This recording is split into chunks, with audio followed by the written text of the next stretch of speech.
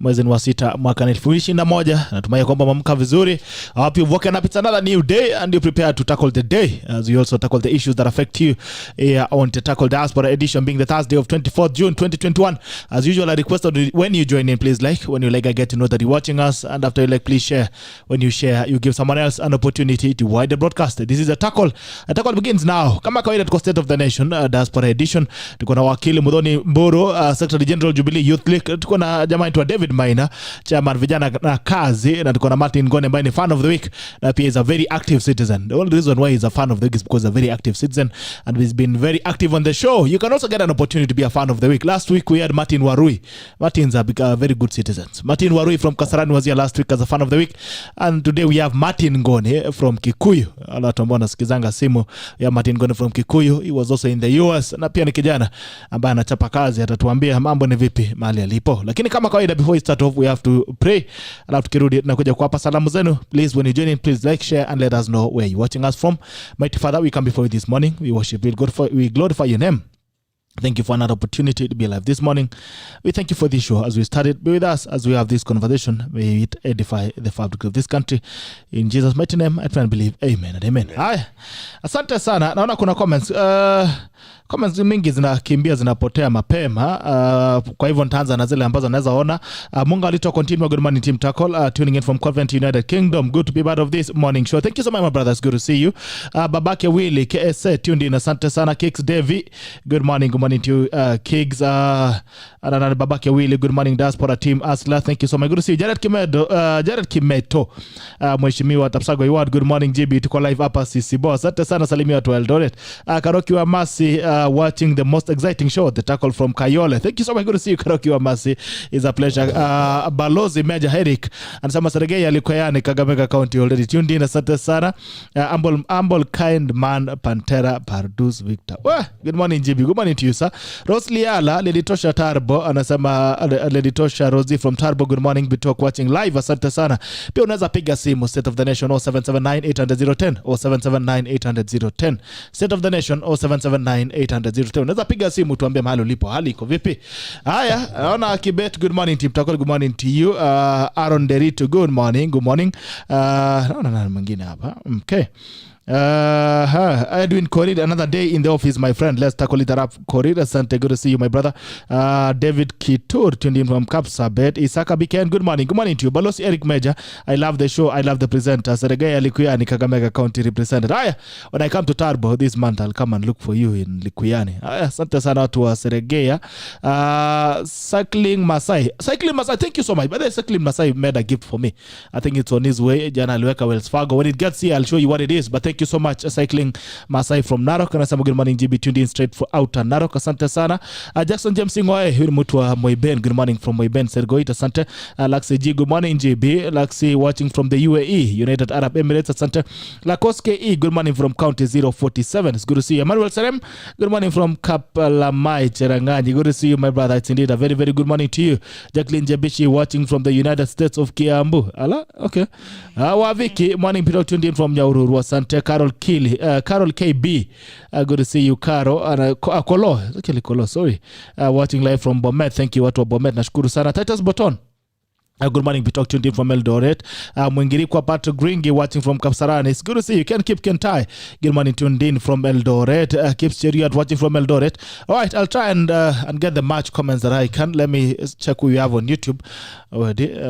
Tuangalia watu wa YouTube pia. Tumewasahau sana. Good morning, watu wa YouTube. Let me see who is in here on YouTube already. Okay, I think we just went live less than a minute ago. We'll see who comes in on YouTube. But anyway, it's a pleasure to have you. I request that you join in. Please like when you like, get to know that you're watching us, and that you like, please share. When you share, you give someone else an opportunity to watch the broadcast. This is the tackle, and it begins now. Good morning to you, Martin NGONI. Morning. How are you? Niko sawa. It's really good being here. Now you have moved from the phone calls. Now you're live on the tackle. Phone calls, I'm live. The tackle is the place to be. Actually, I don't think there's any syndicated radio show that can be able to articulate issues about what's happening in this country and being able to interact directly with the people. And it's really a pleasure being here. this place has seen bigger people. You know, we've had who is who in the country. So it's really a pleasure being here. Thank you so much. Okay. Asante sana. Kwa nini unakuanga tackle? Every morning but you never miss. Why? Tackle, manzi, if you miss the tackle, I think you've missed something in the day. Okay. You know, it's like that daily medicine that you have to take. And even if you miss it, definitely in the course of the day, at the end of the day, you'll have to go back to YouTube. Go and catch up. Preparing your things at the end of the day, but you're just listening what was the topic of the day. And very bold conversation do happen here. All right. Hakuna ujanja. Yes. Okay, it's a pleasure to have you. Asante. Acha nikuje kwa ndugu yangu David. David, good morning. Morning, Bitok. How are you? I'm very well, thanks. Thank you for inviting me on the show. As has been said, this is a show with hard-hitting topics that speak to the times fearlessly, and very grateful to be here today to have this opportunity as representatives of the youth in Kenya. Right. Thank you. It is a pleasure. Also, it's your first time on the tackle, so maybe you'll introduce yourself. Martin is not very new. Yeah, we listen to him every morning. But you're new, so maybe introduce yourself to the tacklers. My name is David MAINA. I'm a businessman, a small farmer. And I'm also the chairman of VIJANA and KAZI. We're a youth group with representatives in every county, and we intend to make a huge impact in 2022. Okay. Amongst our members, we have aspirants, we have people engaged in business, we have a lot of unemployed youth, and we're all trying to see how we can push our country forward. Okay. All right. Thank you. Madam, how are you? Fine, thank you. Good to see you. Yes. My name is MUTHONI. I have a legal background. Mimi ni wakili. And it's also worth noting that I'm a feminist. I champion for women issues in this country. Okay. And I am a BBI enthusiast. We are very much behind the president of this country. It is also worth noting that I am SG Jubilee Youth League. At the same time, Uwiano Kenya, which is a lobby group basically that we are championing for civic education. Okay. We want people to know what is in this document so that by the time someone makes an informed decision of whether they want to support it or not, information is very key. We know knowledge is power.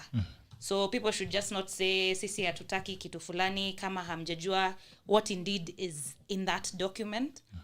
So Warembo na BBI, we are very much behind the BBI and drumming support for BBI. Okay.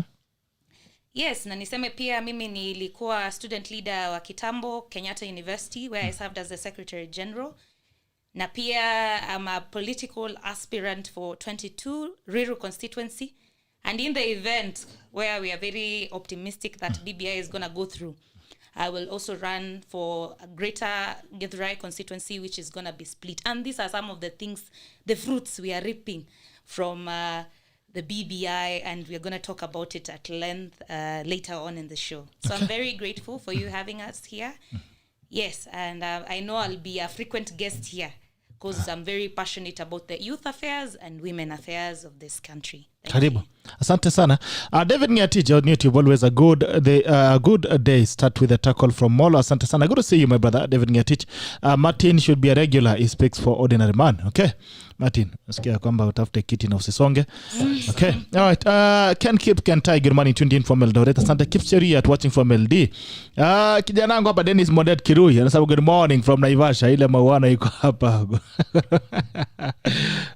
Wakenya bana, ilikuwa safari rally iko anasa. Asagon Kiblagat, good morning. Takul, good morning to you. Leonard Serem, good morning, my brother. Good morning to you, my brother Leonard Serem. Good to see you. It's in the very, very good morning. Rashid Abdallah Chamaswet Nico Cheptais Montel gone live at tuned in. Asante. Aaron Deritu, it's always a pleasure, bana. Thank you for your support. Asema ni msimu wa kuhama. Aya, Millicent Tiraba Zaba Bitoko wa Mashati. Allah, good morning to you. Millicent, it's good to see you. It's indeed a very, very good morning. Na ni mwingine. Kitui Massive, Sagon Kiblagat na kuona. Watu wa Kitui Massive, nani Michael Joseph, good to see you. David Kamo, good morning team Tackle. Farid Faraj, good morning team, good morning to you.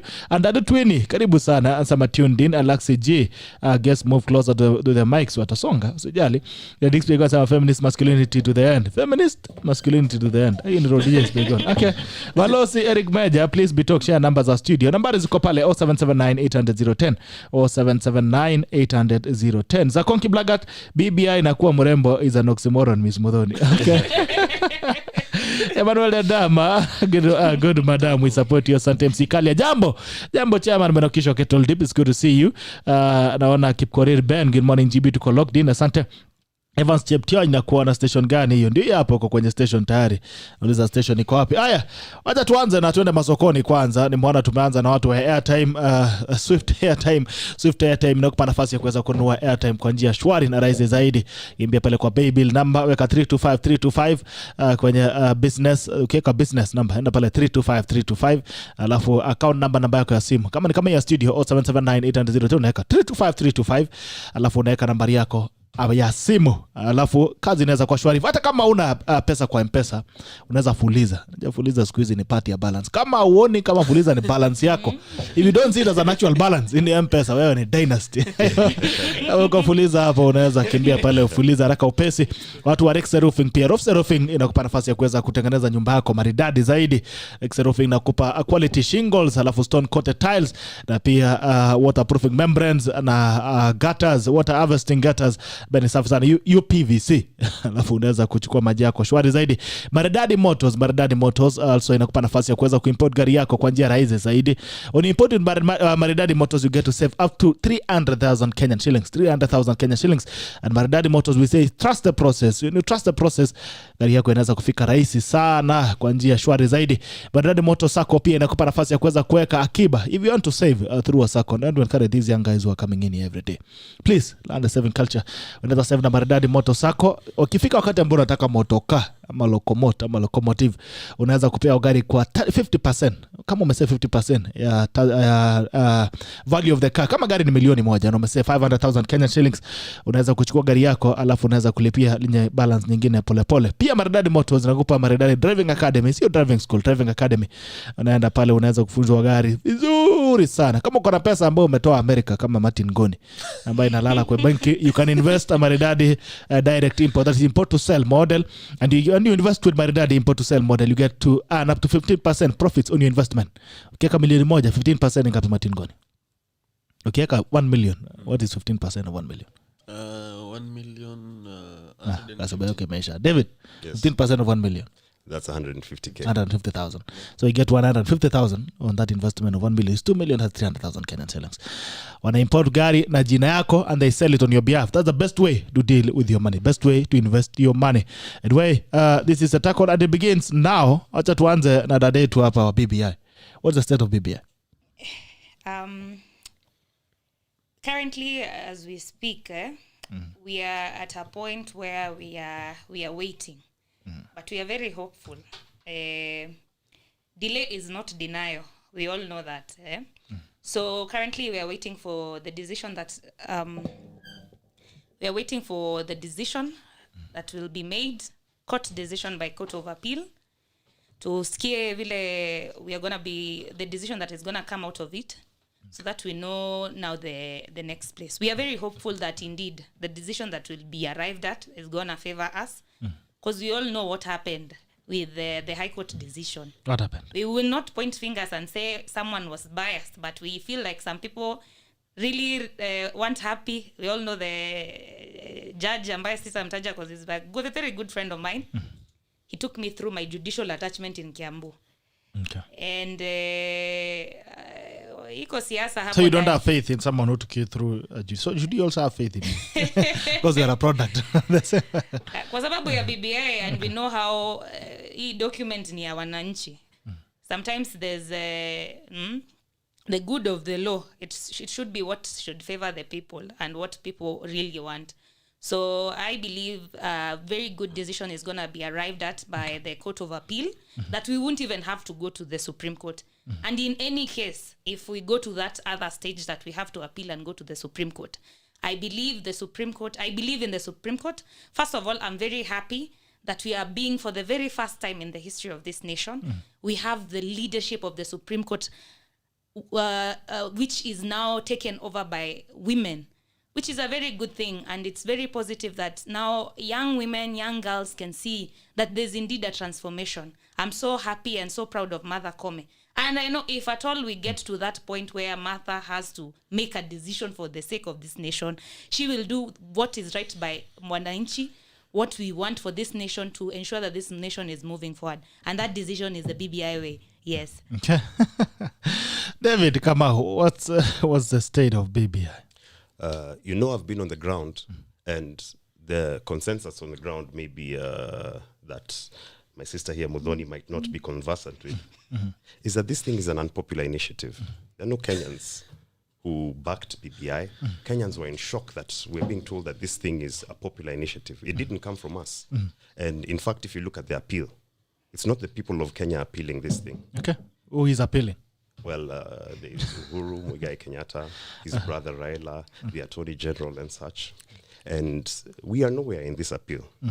So what I believe is we should abide by the decision of the court. And it's going to be next to impossible to revive BBI, given that it was a constitutional court that unanimously shot it down on 21 counts. But in politics, we say that nothing is impossible. So we could see what happens, but I don't believe that you could revive BBI without losing a lot of political legitimacy. Okay. So you think it will or it will not survive in the court? I don't see it surviving. Okay. Yeah. All right. Martin Ngoni, active citizen, fan of the week. What is the state of BBI? About BBI, you have to give some credit to BBI proponents. They have a lot of faith, in something that, already they know themselves that is dead. BBI is not coming back, and I can promise them. Because one thing about the Kenyan constitution, in terms of elections, they gave out timelines, you see. And some of the things that were put into the BBI, they fall within the timelines that are within the constitution. You see, like when you're talking about the 70 constituencies, when you have them in the BBI, and then IEBC comes in yesterday and says, you know what, we cannot be able to delimit the constituency again.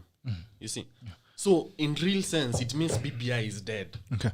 Because you cannot have if you don't have the 70 constituencies going to the referendum, then you cannot have the BBI. Because the BBI and the 70 constituencies are tied in the hips. You see? So, and then you see, we have also the timeline whereby if this thing goes through in the Court of Appeal, and we have 21 counts, but we have 17 that went through. So the Court of Appeal has to shoot down 17, you see, grounds for why the BBI was unconstitutional, illegal, and even if it goes through the Court of Appeal, we still have the Supreme Court, you see. So this one is a cat and mouse game, whereby you are chasing something. It's like a mirage. The BBI is a mirage, a situation whereby you think there is water there, but when you have to walk, there is no water, but you're still seeing some water there. So there's no way BBI is going to go through. And then if this thing is a popular initiative, why are people not on the streets? It's our initiative. So if it's our initiative, we should be on the streets, demanding the courts to allow us to pursue our agenda in terms of constitutional amendment. You see, so every sense of the BBI is illegal, and that's why nobody even cares about BBI. The Kenyans are struggling to put food in their table. They don't want to think about the prime minister, the deputy prime minister. It's not in their agenda. So anybody thinking that they're going to use the BBI as a leverage towards 2022, I think they're misinformed. They should re-strategize and see in which way they can move forward. Okay. So you believe it's dead? Okay. So the president has already appointed, the Chief Justice already appointed the appellate court charges. So, I mean, the people who are left out were seen to have been more hostile to the initiatives by the government. Do you think then that could sway, even as you put your hopes on the Supreme Court or on the Court of Appeal? You see, the BBI is a public interest. You see, everybody has their eyes on the judgment that is going to take place. The ruling by the High Court was a monumental jurisprudence in this country in terms of constitutional matters. So it's going to be very an uphill task for the Court of Appeal to throw away all those 17 counts You see, Okay. they might the president, according to what I think, is trying to clear his name. You see the pronouncement that he did violate the chapter 6 of the Constitution. I think he'd want to clear that, and that's why he's pursuing the appeal, so that even if everything goes wayward and he doesn't get his way, he'll be cleared from the chapter 6, the violation of the chapter 6 of the Constitution. I think that's what he's pursuing, because it puts him in a very precarious situation whereby he can be impeached at any point. You see. Okay. And one thing people don't understand is that Uhuru has a lot of illegitimacy. You see, his second term, the former premier gave him some validity. Okay. You see, with the March handshake. Yeah. But if somebody pushes a motion to impeach Uhuru, then that will be the last nail on the coffin. Okay. Because he cannot be impeached, that's for sure. But he'll go down in history as a president in Kenya who was almost impeached. Okay. There was a motion for impeachment. So you only want to try and not even to do it. Yeah, you don't need to do Okay. it. It's like, you see, it's like these people who are always saying that, we are going to impeach the deputy president. But, they don't want to do it. But it will go down in history as the deputy president was almost impeached. Okay. It will go down in history. So I think the president is trying to see which way he can be able to avert the violations that were pronounced. Okay. But these other things, I know he knows it's dead. Right. That's why he's saying that he's going to support somebody from NASA. Okay. They should come back. They should come together so that he supports one of them, because he knows he's not going to use the 5 positions that he intended to create. Muthoni, Yes. do you think the new judicial lineup is going to save BBI? Is going to save you guys? Let me say I'm very positive about that. And About the lineup said, or about the lineup? Okay. About the lineup, notwithstanding, because I believe they are rational people and they will put the interest of the people first. Why do you think the others were irrational? As I had earlier stated, there were dynamics at that point. And what you've even earlier stated, someone might have been biased or maybe upset with the president. In any case, I wouldn't want to dwell so much on that. But I think as a matter of public interest and personally, I don't like when people start saying that BBI is up, down, like it's an initiative that is being pushed by the leadership to the throats of the people. Let me personally say I started this process from a very, very long time ago when we were asked for opinions. For opinions, we saw even church leaders. It is not a document that just emanated from out of nowhere. Okay. So they went for Matatu Sacco operators. What would you want? Went to the churches, the clergy. What would you want? Student leadership, we were approached at that point in time in KICC. What would you want? Business sector. Okay. What would you want? So it's not something that is, out of the clouds or something that has been picked only to focus on leadership or a particular class of people. Okay. So I'm very positive if that is looked at and the spirit of the BBI is indeed looked at. What do we want to achieve at the end of the day? Has it managed even to bring some calmness in our country? Any constitutional reform comes from a point of chaos, comes from a point of, like the first one we had in 1963. It came from a point where we needed a new dawn for our country. Now, in 2007, there was pressure for something to happen. So that gave birth to the 2010 constitutional reform that we had and the new constitution of 2010. Because there was pressure, people needed something else. So with this point in time, we need people coming back together. And let me give you a good reason why we also need the diversity in terms of leadership in our country. We've all seen what chaos, what violence, what an unstable country can do. And that's why we need people to be educated and to know what is this that we are trying to fight by having a document that is going to rectify some sort of, what happens during that time. We get economic instability after every time we have we have election violence, or we have an unstable country. We miss out on tourism. You've seen what the repercussions of 2007, even up to now. There are some sectors that have not yet recovered. There are some sectors that have never yet come back to its feet.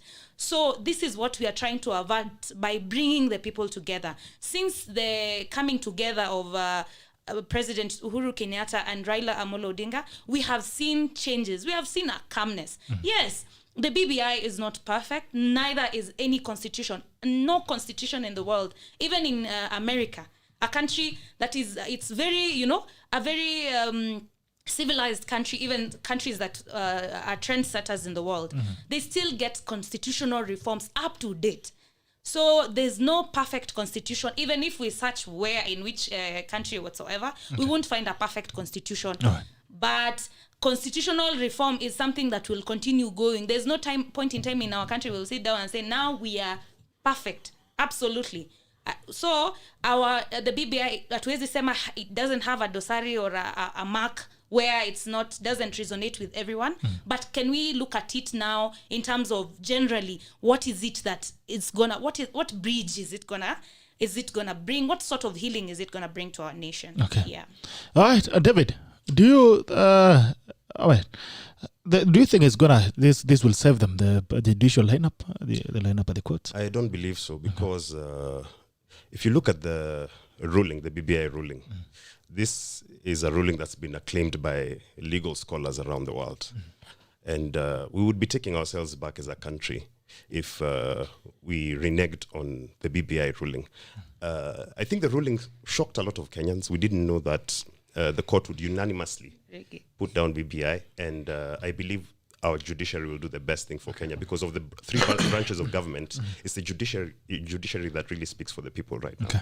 All right. Two things that have come out yesterday. IBC says there is no new constituencies before 2022. But then MBURU, and also they have said they are not ready for elections in 2022. It's a beautiful country to live in. Martin NGONI. Gerard, let me tell you the truth. And all the people who are listening the show today, I personally started noticing the shortfalls in the IBC. We don't have a problem with the IBC, but there is a deliberate intention by the government to ensure that the IBC doesn't function, that the government doesn't function, the IBC doesn't operate as it's supposed to operate as we head towards the 2022. You see, because they have their own agenda. Okay. The truth has to be said. The IBC has not been having commissioners for close to 2 years. You see, and you'd really ask yourself, what is the president doing? Why doesn't he gazette the vacancies? Why doesn't he announce the vacancies in the IBC? Because there's a deliberate way for them to sabotage the IBC. Okay. They're not financing the IBC. It's not getting the money as it's supposed to get, and there's a really threat towards independent institution by the system. You see, especially, people don't understand that the government is a beast, and it eats even its own. So the IBC at this point, I think, should be allowed, should be financed, so that it can fully prepare itself for the general election. Okay. Let's avoid these sideshows. The BBI is not a priority for this country. This country has bigger priorities, and we have when you look at the state of the nation, today we are having a discussion about the state of the nation. The state of the nation is in disarray. Okay. You see, because when you look at the delimitation of the constituencies, it has to be done in a way whereby there's public participation, because we've had issues, you see, whereby constituencies are being delimited, and we have the violence, we have the disagreements between the communities. People are saying that the border is here, the border is here. Okay. You see, so this thing really needs a very good amount of time. That's why I'm in support of the IBC when they say we are going to do new constituencies in 2024. Okay. You see, because at this point in time, the country is overrepresented. Why do we need more representation? Right. And you cannot even you cannot say anything about this current parliament. You know, it's been emasculated by the executive. We saw close to 40-something acts that they had made being overturned by the judiciary. Okay. You see, and also we as citizens, we need to ask for the sitting allowances for those funds, because most of those laws, they were touching on the counties and they did not involve the Senate. All right. So we as citizens, we are losing money every day, and according to me, I don't think we can be able to do anything apart from preparing for the general election. You see, and I think personally for me, I think it will be nice if we can speed up the vetting of the new IBC commissioners, so that we put them already. At the moment, we don't have a substantial chief executive officer of the IBC. He's in an acting capacity. We need to be able to constitute the IBC and prepare this country for the general election, because you see, this one is the 2022 general election is going to be a transition election. Okay. And we have seen in situations whereby transition elections tend to be very violent, you see. And we need the IBC to be there to ensure that it can assure the country that we are prepared and we are ready to face this general election. And we have our boots on the ground and we are ready to do the job. Okay. Because this country doesn't have a problem with the biggest challenge that faces this country is during election period. Right. You see, and this problem creeps into the 5 years. You see, because we have seen this entire second term of the president, it's been about the handshake and BBI. All right. Our friend Muthoni. Yes. So, IBC, there are no new constituencies, and you are banking on Ruiru, a new constituency after BBI. There are no new constituencies before 2022. IBC is also not ready for elections in 2022. First of all, let's start with your constituency. Where will you get it from? Let me start by correcting that. And I think someone got it very wrong. I said Ruiru is already a constituency, and our current member of parliament is Bwana Kengara. Okay. Simon Kengara, who ako ngangari na Jubilee na ako ngangari na serikali. What I said is, with the BBI coming through, we are going to have 3 constituencies from Juja and Ruiru. So we'll have 3 new constituencies. And we know the pressure in which, you see, I appreciate when we have dialogue, because there are some of the things that I capture from him that he's also concurring with. There is indeed need for demarcation of constituencies. What we are arguing is the timelines. There are people who we feel pressure. Indeed, it's now we want the constituencies to be split. And there are others who are saying, no, let's take more time so that because of this and this reason. And in any case, given that circumstance, that background, we will never be ready. People will never be ready. They'll always say, and then when it gets to that point, maybe something else comes up. Maybe they could have done it earlier, but COVID came up and it took everyone else by surprise. There is indeed pressure from where I come from. Like my constituency is one of the biggest constituencies we have. Ruiru constituency and Kasarani constituency, led by a very good friend of mine, Honorable Mercy. And when you compare such a constituency, I would compare Ruiru constituency and compare, say, Lamu County. My constituency is bigger even than Lamu County, a whole entire county that has over 5 representatives. It has a governor, it has a senator, deputy governor, by the way, and there are also members of parliament, I believe 3 members of parliament in Lamu, and we also have a woman rep in that place. So it is overrepresented.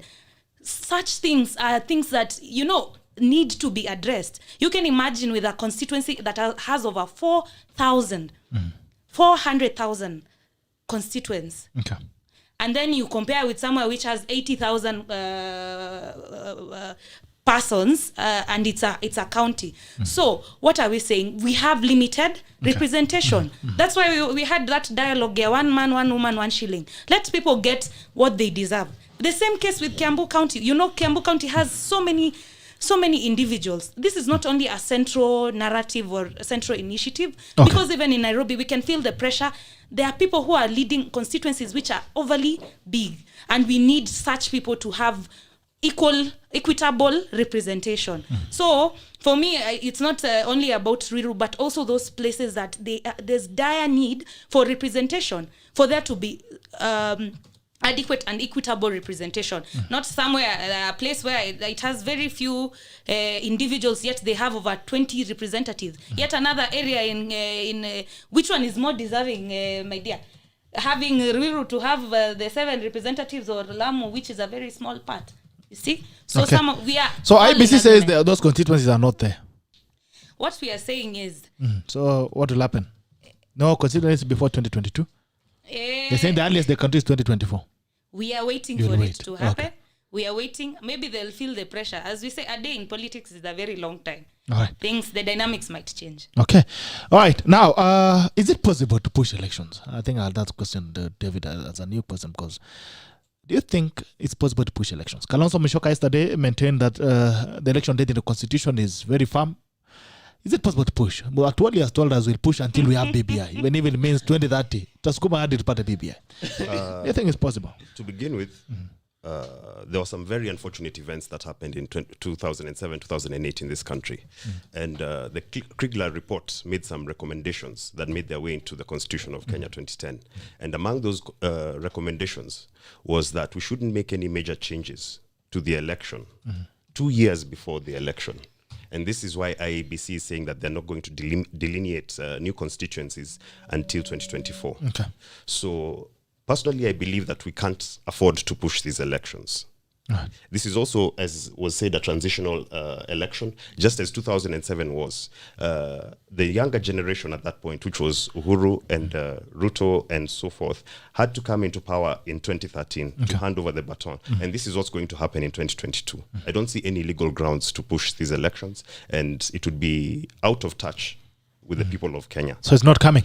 I don't see it coming. All right. Degrees. Martin Ngoni. Should politicians have degrees? That one already, Gerard, I've called here before, and I'll continue saying, Okay. we need to embrace meritocracy. Okay. Let's avoid the mediocrity. You see, when you go to countries like Singapore, you see, when you look at the Lee Kuan Yew, Lee Kuan Yew, that person was an Oxford graduate. You see, he embraced the need for us to have the best in leadership. Okay, you're saying that we have 1 million degrees. How many MCAs do we have in these countries? We have 3,500 MCAs. How many MPs do we have? We have 390 MPs. How many governors do we have? We have 47 governors. How many senators do we have? How many women rep do we have? A representation of less than 10,000 people. Why don't we put out of that 1 million, we have 10% of those people coming to represent the people? Because you see, an MCA has 3 roles: representation, oversight, and legislation. Some of these people have never even seen the Constitution. An MCA has never seen the Constitution. You see, we saw a situation whereby these people passed the BBI even without reading it, whereby it went to the Senate and the National Assembly, and they were saying, okay, we received different copies from the county assemblies, because these people did not know what they were doing. You see, because we cannot say that leadership comes from God. Like, seriously, why do we want when you go to a teacher, a P1 teacher teaching ABCD will be required to have a diploma or a degree, but an MCA is just allowed to have a certificate, a KCSE certificate, which in most of the probably even he did not manage to get a C+. Okay. You see, so let's have the best people. And the issue about this country is that we want to say, people who have degrees are the ones that are stealing. No, we cannot generalize things, because what this country lacks is patriotism. You see, because once you get into an office, it's your role. If you're an MCA, you're supposed to oversee the county government. You see, and if you're an MC, you're supposed to make laws that are going to be able to help your county move forward. You see, but you cannot say that, we need people who are Form 4 dropouts to be in the county assemblies. These people are making lots of money doing nothing. You see, you go to a county like Trans Nzoia, where I come from, and you can barely tell if this county has devolution. You see, because the MCAs really don't know what they're supposed to be doing there. Okay. So I think my stand on the degrees is that let's Watu wakuwe na degree. watu wakuwe na degree Okay. and let's avoid populist politics. Alright. Wacha tuache hii politics ya unajua mesmerize the masses so that we get we move forward. We need to be able to sometimes to swallow our pride and be able to say what things need to be said. All right. David, David, it's only 10% of MPs, the current parliament, who don't have degrees. The 90% being able to do things differently. Should they have degrees, or they should be given an opportunity? Well, my friend mentioned that we need to have a meritocracy, Okay. and I believe very strongly in that. Okay. As much as Lee Kuan Yew had a degree from Oxford, we've had cabinet secretaries with degrees from Harvard, and yet we're in the hole that we are in today. Okay. And Lee Kuan Yew is a favorite in Kenyan politics, and I don't know why we don't look at his legacy properly. Lee Kuan Yew is a person who did not just apply sound economic policy, but he had an unparalleled institutional setup, something that we're not achieving today given the flouting of the constitution and such. And basically, we need to include the rule of law in what we're doing in our country. We need efficient government structures, and we need to fight corruption. And this does not require a degree. In any case, if you look at the number of Kenyans who have degrees in this country, it's only 3% of them. Kibaki left us a vision of free education up to university. If we could get to South Korea's level of 70% of the population being graduates, then that level the playing field and everyone can have an opportunity to be a leader. And we as the people are the sovereign in this country. The politicians only have power because we donated it to them. As the sovereign, do we need to have degrees to run our country? The answer is no. Okay. So until we have free education up to the university level, I believe that we should look at this requirement for degrees in a different light. All right. Mburu, Yes. degree or no degree? I think this is a really murky ground. Hapa I'll be almost neutral. It is important indeed to be skillful in a particular field and area. And this is really tricky because everyone is also watching. I think I would really say, to some extent, and particular offices, it is indeed important. And there are people that have really dedicated their lives to study and have all these degrees. And that's why nowadays actually it has become a trend, and people are just saying watu wamesoma lakini hakuna mahali wanenda. And if these people for sure they went to school and did all that and went to university, we have JAB, which it's basically government sponsored students. So if someone alieka bidii, they went there, they did they served their term in campuses. I would say I'm on 60-40, 60 for the degrees to be there, 40 for pia kuna watu. Indeed, leadership is from God. That one, I don't know if my brother is an atheist. May I believe leadership is it's a calling, and it's a calling from God. So let me say, yeah, I believe strongly degrees should be looked at. Meritocracy should really be there. And I believe there would be a big difference. Say, if you see even the issues we've had, let me give even an actual example of the issues we've had with even governors who say their degrees are questioned. You know, they haven't seemed to have performed quite well. Even with the incident we had, the Punjab, hapa Kiambu, you see. So, yeah, it's really tricky. Yeah. Okay. Especially in Kenya. Gerald, Okay. just to add something. You see, like basically, let's take an example. You're in a situation whereby you have MCAs Okay. who really don't know what legislation is all about. Okay. You'll go to a county, you'll go to the directory, or you go even to the website, and you'll not see even a single law that has been passed. You see? Yeah, like these people are basically operating on flight mode. Okay. Like basically they don't know what they're doing. All right. You see? Okay. So I think it's really important. Like let me ask you, gentlemen, lady and gentlemen. Let's look at the debate in Parliament on BBI. There are two very educated gentlemen, senior counsels, James Orengo and the other guy from Tendamolo. They were arguing very knowledgeably that this document, BBI document, should be declared illegal. Or he's not legal, or he's not constitutional. And then when it came to voting, they voted for the document. Tell me where the degree and the leadership at a leadership there? Ni wapi walipatana? Because the legislation as well can be wrong. We can legislate but legislate wrongly. We've seen parliament legislating things like raising the debt ceiling and all that has affected mwananchi. When you argue that people who have degrees can legislate better, in whose interest is it? Is it a guarantee that they will legislate in the interest of the people? Look at these two people, senior councils. They have argued that this thing is wrong, but when it comes to voting, they have to vote politically because they are politicians. They are the same people now representing BBI in court. The same document they thrashed, in the house. Let's have an honest conversation. Yeah. At what point do we leverage on this? I think, I believe, you see, politics is really a game of interest if you want to be... Because there's a difference between technocrats and politicians. Yeah. I believe it's a game of interest, and it's important for the youth of this nation to also know. And it's really a game of interest. That's why you would see someone who would strongly oppose something, and then later on, maybe they're convinced otherwise. They're the same people that we saw championing for BBI initially, even from the start.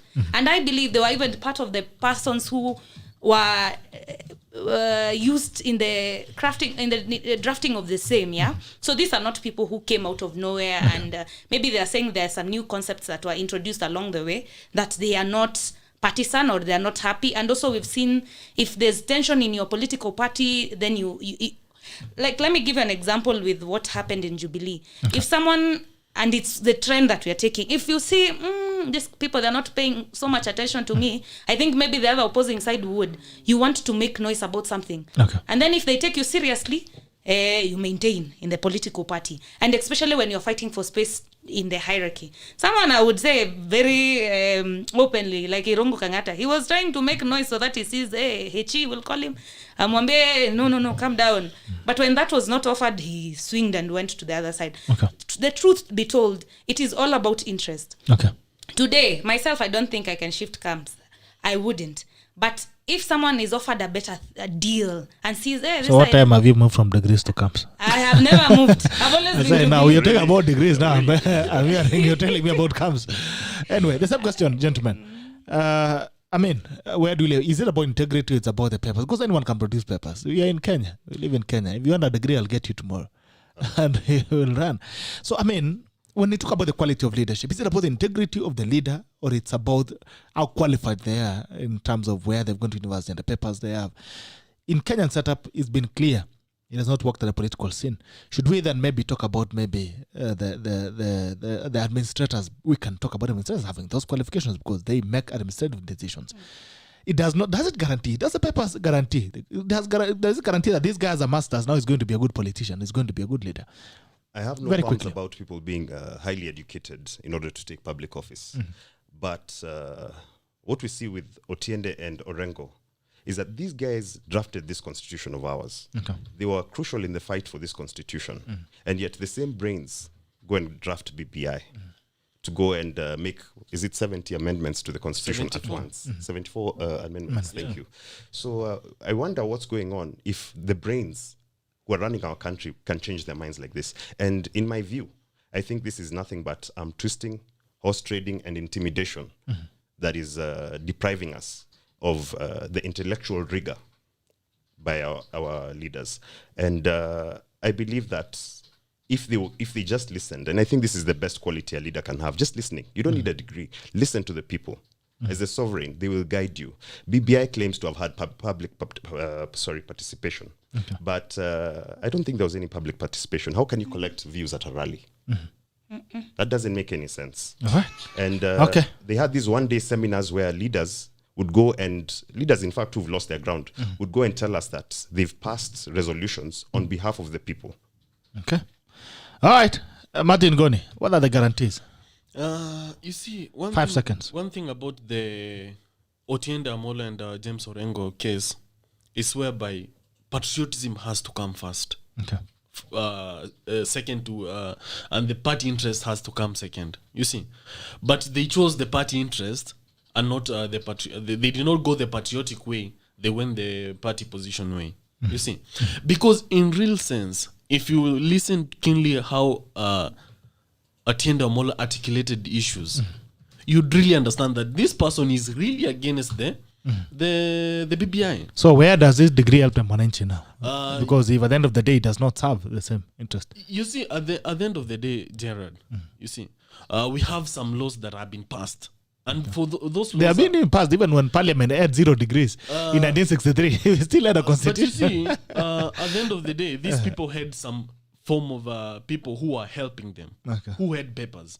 Because basically, you cannot be an MP and then all the people that you have don't have degrees. How are they going to help you push the agenda that you want to push? Okay, so do you believe the current parliament has performed? It's the worst parliament, you can have in this with 90% country. Degrees. The issue is this. Okay. The issue is we cannot be able to substitute degrees and patriotism. You see, if you're patriotic to your country, you'll do what is best then for the let's talk country. about chapter 6. Let's focus on chapter 6 on integrity, leadership. I think that fixes a lot of things, because we have thugs who are robbing us left, right and center, and we have people with 0 education who are doing a lot. I mean, you have MPs who have never gone to step. I see you got on Alima Sudi. Like Sudi is building schools. In fact, he has one of the best Doing, ones, I best mean, run it's constituencies. in CDF management. He's a good MP. So when you talk about administration, I think it will make more sense to be very strict. But politicians are always politicians. They'll make decisions on what favors them, not about what they want to study in school. Someone has asked here, is a degree, even a degree in theology? Is a degree. The issue about a degree, Gerald, it can be any degree. School, you see, when you go to school, it's not about the paper. It's about the experience that you have to go through for you to get that paper. It's a journey. You know, the degree is the destination, but the process of acquiring that degree is what builds Is what you. matters. You Okay. see? Haya, utafungua simu in the next 18 minutes. He'll open bunge la mwananchi at 9 sharp. Lakini kwanza tuangalie mambo ya transfer windows. Now, we are seeing Jubilee exodus. People are moving from Jubilee, like nobody's business. And these are party that is negotiating a coalition with ODM. And you wonder, is it just the beginning of a bigger exodus? You're a member of Jubilee. We've seen even Jubilee members complaining that, I mean, this party is no longer being run the way it should be. We've seen people moving away from the party. Yesterday, we had 3 very vocal members of the assembly who have now moved. Wamushomba, for instance, has been a serious critic of the deputy president. Very strong critic of the deputy president. Now she has moved camps, and those other guys who are moving camps. And there seems to be, if you read what Ngunjiru Wambugu wrote yesterday on his Facebook page, it tells over a membership that's dissatisfied with the way the party is being run. And if you've been around in this country long enough and you can read the mood of politics, it will tell you that probably this is a party that is collapsing. What's going on in Jubilee? Let me first comment by the movement is to and fro. There are people that indeed are moving away from the party. And as I have said, for politicians, we are seeing a point where if someone is dissatisfied about something or an interest has not been specifically met, you see the movement. We're expecting more movement where these people indeed, in the end, we will see now the dynamics and people will be back. Let me begin by saying, let me give an example with someone like Sabina Chege. Sabina was amongst the first people who had shifted camps and was supporting number 2. But right now we've seen her coming back. Ketwa Ruguru, those are examples. So it's movements both from our side and the other. Indeed, there's going to be a split. That one is evident. We're going to have a split. That one we all know. And but Jubilee Party is going to remain for number 2. He's already shown us that he has his own party, and he's stated it's no longer a secret. We knew from the word go. But these movements we will also see people coming back. So we are not scared about that. Okay. It's interest at the end of the day. It's interest. Where you feel you'll be given, ni siasa. Where unaona you'll be given more attention, unaenda huko. So for sure, we are not scared of the defectors. They'll come back. Okay. David, Yeah. Should they be scared? I think there's a lot of false confidence in Jubilee, and they're going to see the kind of shock that Moi saw in Kipipiri. His What happened in confidence will be Kipipiri? deflated. And there's going to be a mass exodus just as there was in 2002. Okay. I wouldn't be surprised if I saw Raila come and say Ruto Tosha It can't 2022. happen. And in fact, for the defectors, the defection was motivated by their voters on the ground. It's the ground is going to be very hostile to people coming to tell Kenyans about BBI, about consociational politics, which is the politics of kingpins. And in fact, this is what's happening in South Sudan. Consociational politics is very, very unstable. And we'll see this at the election. All right. Okay, Martin Ngoni, what's happening? The transfer window is officially open. Buying and selling. The Jubilee imekuwa relegated. Imeenda tier 3. Okay. So now we have Premier League champions. And you see, when we are talking about the champions, we are talking about the new entrant, UDA. It's playing on the big table. It's moved from Division 3. Yeah, Now it's moved from Division 3. It's playing in the big table with the big boys. And it's really causing a lot of tension. One thing about Jubilee that they don't understand is that the engine of Jubilee was William Ruto. That's true. You see, the engine of Jubilee was William Ruto. So when you take the engine and then you from the car, what do you expect? Stall. I've not tried to remove it. You see, that's why you see Jubilee has stalled. It's a pale shadow of his former self. And it's not, you see, but the biggest challenge that we as citizens we need to be very awoke is that we are financing these political parties. Okay. A party like Jubilee, if you look at I think they got close to 600 million Kenyan shillings from our taxpayers to finance the party. You see, ODM got close to 350 million Kenyan shillings. All this money is coming from our pockets. Okay. And when you see a party that is disintegrating, it's falling with your money. And we as citizens, we are woke. And we are going to say these things because we have to say them. You see, because we cannot be financing these political parties and they cannot be able to survive towards the next general election. These parties are supposed to be doing civic education, in what democracy is all about, educating the citizens, doing all kinds of citizens activities with our taxpayers' money. But you know what happens is that these people get the money, collapse the party, and move forward. You see, because at the end of the day, if you look at how the management of the Jubilee Party was managed, but you have to give it to Uhuru. You see, but who are the casualties? The MPs from Mount Kenya. And that's why they are saying, okay, you know what? We are not going down with this sinking ship. We are jumping out. You see, and that's why they have found another small boat and they're getting into it, UDA. Because if you look at the merger that is being talked about, Jubilee and ODM, which is going to be headed by Raila Odinga. And an MP from Central Kenya is in a party that is being headed by Raila Odinga, who was their fiercest opponent 2017. Do you think those MPs are going to make it to parliament? So they're looking at their interest. You know, politics is all about interest. And their interest is no longer attainable in Jubilee Party. So that's why they're moving ship. To add to that, I think Jubilee today, because of the mismanagement in the second term, is where KANU was before the 1992 elections, before multi-party. In fact, Kamotho said that even if a dog ran on a Ford Asili ticket, it would win. That was rather unceremonious, but today we're in the same position. You look at Moses Kuria's party, PEP. It barely has 500 followers on Twitter, yet it has an unstoppable wave in Mount Kenya. So this is not just about UDA. It's not just about UDA. It's about the people's rebellion against a government and a regime that does not serve their interests. For sure. Okay. Is a coalition feasible? ODM Jubilee. Yes, that is something we are looking into, and it's something that cannot be stopped. Saying that Raila cannot get... It's another reggae. Reggae can never be stopped. And Jubilee ODM. Jubilee ODM, One we are coalition. coming together vibaya sana. Okay. And it's not only Jubilee ODM, it's Jubilee NASA and all the other members. I know a question will come at you, Sijui Kalonzo said, this, and at the end of the day, as I've just said, people are looking into. You will see right now Kalonzo drumming up support for himself, so that aeke chama yake imara, so that we can't see them coming together at this point. But these are people that are going to come together. We already know that there's already a coalition between Jubilee and KANU. There's a coalition.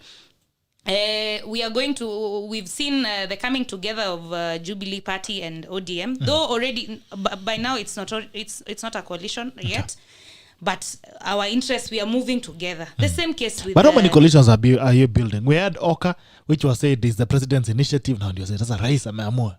Ni Gideon, na Kalonzo, na Mudavadi. Political music chairs. Now it keeps changing. So at what point are we going to stabilize and decide on one coalition? That is true. Let me tell you, for those people who first mumejipanga sana unakuja, let me give you even an example of what happened in during when Mudavadi was going for president. He was the candidate. People saw this guy is coming and he's gonna win because he had declared way kitambo. People knew this guy is serious.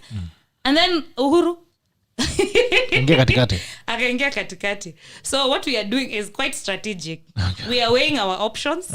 We know what we want, but now we are building each party and each brand. You will see a merging up of all those parties, and we are stronger than ever. We'll see fire. You will see fire. Davey, as I said, is it feasible? Is a coalition? No. Jubilee. Too much false confidence. Is a coalition feasible? I don't see how Jubilee and ODM can come together for the elections, given what happened in 2017. 8 million Jubilee voters were betrayed by this handshake. For sure. In addition, we hear about candidacies like Gideon Moi, deputized by Musalia Mudavadi. I'd be surprised if such a quixotic candidacy got even 500,000 votes. I'd be very surprised. So I don't see how they have enough time. It's about 1 year to the elections. They have no idea who their leader is. They don't know which party they're running with. They don't even know their base. Where are they going to get these votes from? Mwai Kibaki came together with Raila and Central Kenya supported. So you cannot say that it is indeed dead on arrival. Raila Central was supporting Nyachai. He crossed a road and supported Mwai Kibaki. NGONI, is the coalition feasible? I think that one is the joke of the year. We are going to be celebrating to that joke. One thing about the ODM Jubilee coalition, for real, Jubilee is dead. Why would you? People are burning in the house. They are running away, but you want to go into the house and it's burning. It's crumbling. Jubilee is burning. It's crumbling from the inside. And that's why you see people like Wamchomba running out. Taking away the little they have, the little dignity, the little dignity that they have, so that they can go and face the electorate and tell them, you know what, this and this happened, and we are back. We are with the people. We are with the hustlers. The thing about the hustler movement.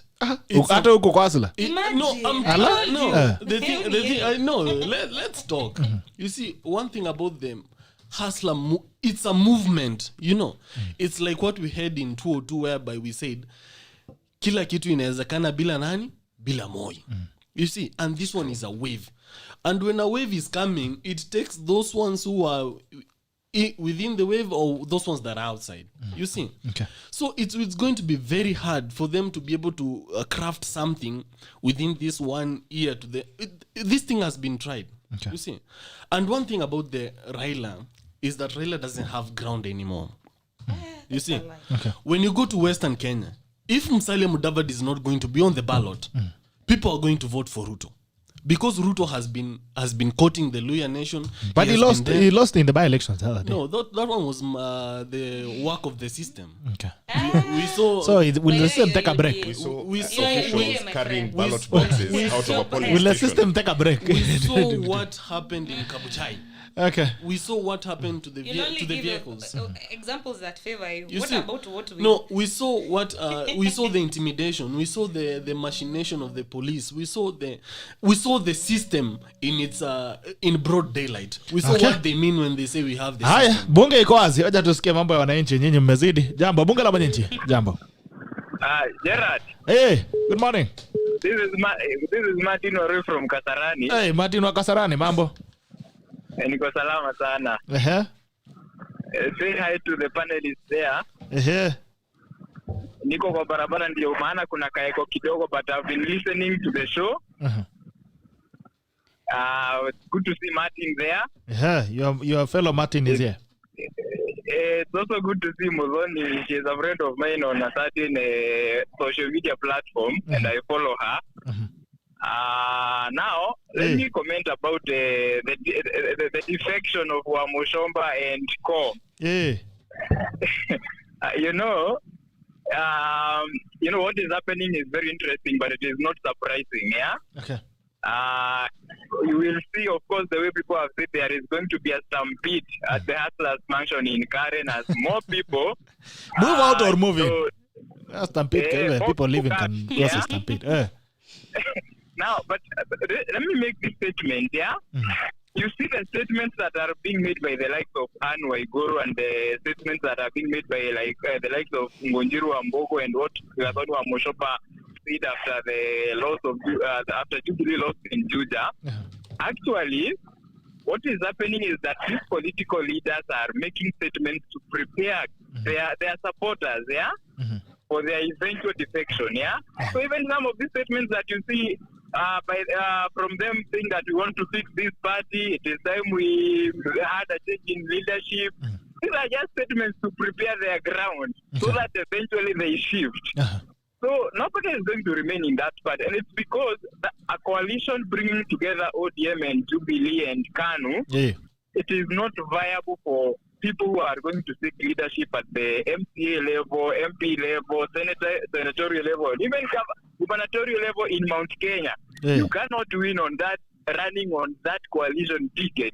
It could be serving people like Uhuru Kenyatta and, Baba, and also people from those other regions. But it's not going to serve people from Mount Kenya region.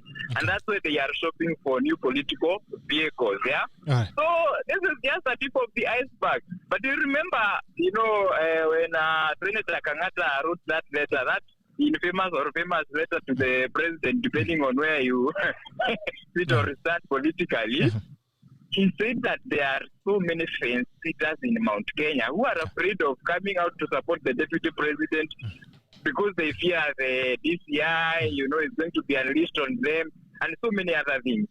In Kikuyu, they call them Komerera. People just, sitting there waiting for the opportune moment to come out and say, by the way, I've always been a hustler. It's only that I had to take cover so that these people don't finish me. Then I heard Muthoni saying that this coalition is, being made because of strategic reasons. How can you be strategic in failure? You cannot be strategic in failure. There is it doesn't matter how many, how such, rosy words that you use. I have never known that Gideon Moi has a talent, He's turning out to be a political, there is so many gymnastics happening in KANU. I mean, how do you form a coalition with Kipsiele? Kipsiele cannot take anybody anywhere. The likes of Kamketa are having a lot of, trouble from Baringo and everything. Even actually a person like Professor John Lonyangapuo. John Crop Lonyangapuo is moving away from KANU. And then you say KANU is there and is forming a coalition with another party called Jubilee, which is a shell. We are headed for very interesting times. But kuna wale watu wakikuja UDA watapata nyumba still is not so big, so people had better started moving early enough. Lakini ground hapa Mount Kenya mali naenda saa hii tunaenda wapi saa hii? Naenda Mount Kenya saa hii. Unafika wapi? Nafika mashinani Kirinyaga, Embu, and of course lazima nitapitia. So nitakuchukulia maoni, and I'm going to solicit for opinions from people, but I can tell you ground here is nichukulia data. Na ukifika Timau niambie kama utafika Timau. Kuna mambo nataka unichukulie Timau huko. Ground huko ni mbaya. Naambia Muthoni pia kama she has, if she is serious about a political future, atoke hiyo coalition. Muongelesha hapa. Indeed. Muthoni. Yes. Mwambie na Kikuyu labda ndiye atasikia vizuri. Muthoni ukiendelea na hiyo coalition, hiyo utazama. Utazama hiyo. Unajua ilikuambiana tu kweli, unajua hakuna haja ya kufichana. Haya. Hiyo coalition ndio utazama nayo hiyo. Na sio vizuri mtumianga kama wewe uzako. Tukimbia tu uende UDA mara moja. Ama PEP. Mtumia fair. Sawa. Mtumia fair. Anasikule. Haya, Martin Warui, safiri salama. Okay, Thank you my brother. Haya, bunge la mwananchi. Hello. Lazima ni jamaa wa Seregea, jambo. Yo tu jamaa wa Seregea. Habari yako bwana? Mambo vipi? Salama sana, habari ya Likuyani. Likuyani iko sawa? Watu wanasema kwa aje? Sasa najua huyu ndio ule jamaa na mbunge mtarajiwa wa Likuyani 2022 mwenye ana haraka sana direct wewe sasa wewe ingia, lakini degree ni kama kizungumkuti kidogo namsikia. Wacha nikwambie kitu kimoja. Unajua hii maneno kwanza utasalamia wageni. Bwana salimia. Wewe vipi bwana? Mimi niko salama. Nimefurahia kwanza Martin. Asante sana. Ako very sharp. Then kukuja best yangu Devi. A very proud conservative who expresses himself in black and white, expecting a respected divergent opinion. Okay. Na wakili MBURU. Anaweza ka make a very good storyteller. Stories. Watako. Sasa unajua nini? Mimi kwanza hashtag mimi ni Asola. Na mimi injili ya Asola Nation mimi kwa sababu kuna masolas wengi ambao wanasukuma mikokoteni wananisikiza. So hata niongee Kiswahili ambayo itafanya wanisikize. Waambia kusikia. Sasa nirudi kwa hii issue ya degree. Okay. Unaona when it comes to leadership, we don't need this degree. Kwa sababu nikisema degree, hii inaweza hata rokota hata nikikuja River Road side dakika 15 nitakuwa nimepata degree. What we need kwa hivi uongozini tunahitaji watu ambao wako sharp. Goal oriented, future oriented. Okay. Na okay, tukisema pia tunahitaji watu wa degree, hatumaanishi kwamba tunahitaji dandaheads. Tunahitaji wale watu ambao ni innovative kwa njia moja au nyingine. Alright. Aya, issue ya pili nimesikia my good MUTHONI akisema maneno ya BBI. Wacha nikuambie, BBI haendi kubadilisha chochote. Okay. Na imaanisha tu wa Kenya ati mimi na jirani yangu tumepigana because ya fulani lazima alikosa kiti fulani. No, tunapigana. Ukipata wale watu wanapigana kwa ground ni mtu ambaye ni hustler na ako na njaa, hajakula chochote, kazi ilipotea, watoto ni wagonjwa kwa nyumba. Mambo kama hiyo inafanya watu wanapigana. The issue ni kubadilisha tu ule uongozi, yani kubadilisha tu ile system of leadership. Tunahitaji watu ambao wako focus. That's why nakwambia mimi balozi naenda kwa kiti niongoze Likuyani na najua rais wangu wa that 2022 atakuwa Daktari William Samoei Ruto. Hapo ndio mambo yataenda vizuri. Na hata kama mtaforce hii BBI kupita, I promise you people, wakati 2022 tutakuwa tumeingia kwa hiyo kiti, bado tutarudi penye tulikuwa. Mna reverse. Balozi. Tuta reverse hata wasukume hivi vitu kwa lazima because tunasikia lazima itapita, lakini 2022 we shall take you back there bana. They will not, they don't know. Okay, sawa. Salimia watu wa Likuyani. Ndawagotea sana lakini ulikuwa umejidanganya utakuja. Hapana, si nilisema hii mwezi nakuja Tarbo alafu tengeneza kuku hapo Likuyani nitakuja. Unajua Likuyani ni nyumbani pia. Haina shida, Kongoi missing. Haya, thank you. #Hasola. Haya, balozi. Asante. Bunge la mwananchi hiyo 7798010. Bunge la mwananchi iko wazi, unaweza piga simu, nambari ni 7798010. Bunge la mwananchi, jambo. Jambo sana Gerald, habari ya leo? Salama sana boss, naongea na nani? Mimi naitwa Alex Angel. Yes Alex. Nilikuwa nataka kuchangia kwa hii mada ya requirement ya degree kwa elective position. Changia ndugu yangu. Unajua, for every job description lazima tukue na minimum requirement. Okay. So IBC wakisema minimum requirement ya elective positions ni kuwa na degree. Sio ni mbona tuweke siasa mingi sana, sababu you know those are managers, they are going to manage for example a member of parliament is going to manage over 100 million yearly. That's true. So having that minimum requirement, sio ni mbona tuweke siasa mingi ya kwamba sijui for leadership atuhitaji. No, we just have to adhere. After all, we have a lot of learned people in Kenya. So tukuwe na minimum qualification, watu wakuwe na degree. Yes, ndio hiyo, lazima watu pia wakuwe na bidii ya masomo ndio waweze kupata hiyo opportunity ya leadership. Okay. Yes. Asante sana ndugu yangu, nashukuru kwa kuweza kuchangia kwako. Haya, kwa na wakati mwema. Hata naye. Bunge la Mwananchi. Bunge la Mwananchi. Bunge la Mwananchi, jambo. Bunge la Mwananchi. Piga simu alafu ukaenda kulala vipi? Hii ni ya kana Buru. Hiyo ni ya UDA. Bunge la Mwananchi. Haya, ameshindwa. Bunge la Mwananchi. Bunge la Mwananchi, jara habari asubuhi. Jambo. Farid Faraji. Huyu ni Farid Faraji mwenyewe kwa hapa anasikia. Mkenya halisi, mtu anazungumza lugha 57. Huyu anasema yote. Sasa salamia huyo alisema iko feminist. Ndio yeye. Ambia being a woman is not a disability. Andale Farid Faraji, being a woman is not what? Being a woman is not a disability, but I've seen some disabilities in her. Sorry, but to say this, which one? She's so economical with facts. Things are happening here for two and lazimisha tu Jubilee. Unda amekwisha. Anaenda kuuza ng'ombe sokoni mifupa tu. Sasa utauzia nani mifupa tu? Kuna watu wanaumwa.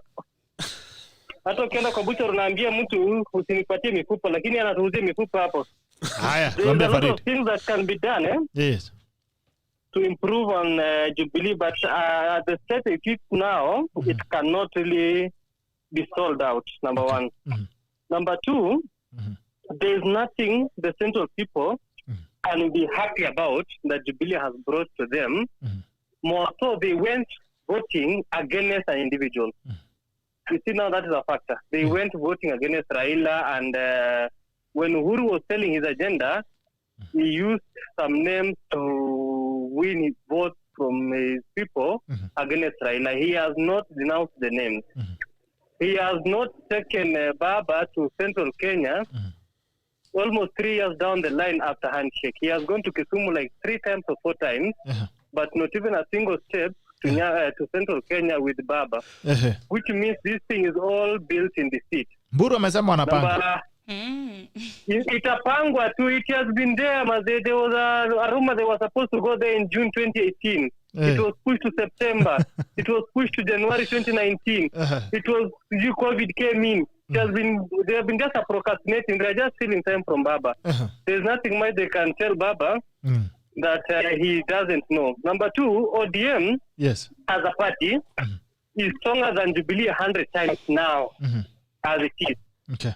You cannot go and negotiate in a negotiating table with somebody who is 100 times stronger than you. Okay. Utanyanyaswa, and Jubilee is not ready to go for that. Okay. More so, they are willing to give them a candidate from their region a deputy position. But you see now, she's still thinking of something. She was giving a comparison of 202 when Kibaki was supported by Raila. Yes. Which position was Nyanza given? No. There was no position they were given. They were just supporting. Okay. Raila benefited nothing from that coalition as an individual. But you see now, it is high time now Raila wants to become a president. Central Kenya cannot support his presidency. It is so hard to bargain on those two aspects. Raila wants to be president, but it is so hard to sell him in Central Kenya.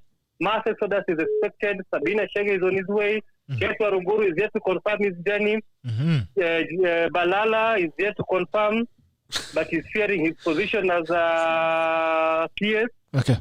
There's a CS who wants to become a governor in Kakamega, who wants to come, but he's fearing his position. So expect by the end of this year, UDA will be full out. Full capacity. When watachelewa shauri yao, nyumba inajaa. Asante, wewe ndio fan of the week. Next week endelea kujikaza, utafika hapa next week. Haina shida. Asante sana ndugu yangu. Na mambo yako ni ngumu, tutapanga baadaye. Haya, siku njema Farid Faraji. Asante. Bunge la Mwananchi 0779801010. Bunge la Mwananchi nambari ni 0779801010. 0779801010. Bunge la Mwananchi iko wazi. Maana kuna masimu za watu ambazo zimepotea kidogo. 07798010. Poleni watu wa diaspora, hatukuweza kuwaleta leo. Tuko na mashida kidogo ya linki. alafu tutaweza kualeta next week. Bunga la mwenye nchi, jambo. Salama. Good morning to you. How are you? Hello. I'm good, and you? Salama sana. Who am I speaking to? Kwa majina naitwa Maina. Yeah, Maina. Nasikiza hiyo ni mzuri sana. Salimia au wakurugenzi wenye wamekuja. Lakini waambie Mburu. Kwa grao mambo ni different. Iko aje? Jubilee is dead. Ala? Wewe uko wapi, ground gani huko? Mimi niko Nyeri. Nyeri ni kwetu. Huku watu ni Ruto. Ruto needed. Okay. Hata wakatendamu. Hiyo siasa ya kudanganyana tumekataa. Danganywa nyinyi. Yao wazee Atuoli, Tuju, Morave, hawana kula. Jubilee is dead. There's nothing. As youth, I'm 35 years old. My youth tumekataa kudanganywa tena na wazee. Okay. Juu sasa si wanapanga ati sijui BBI. BBI itasaidia nini? Wameshindwa kupea county government pesa saa hizi. Si ndio? So meaning even the 35% itatoka wapi? Swala nyeti. Maisha ya deni. Mburu atajibu. Uliza Mburu. Saa hii president anasema amefanya kazi. Kazi ya deni, anatuachia deni. Nimeona Yatani hapa anaendea 44 billion ya IMF mpya. Hiyo ni new loan mpya ambayo inakuja. Nimeona kwa gazeti hapa kidogo.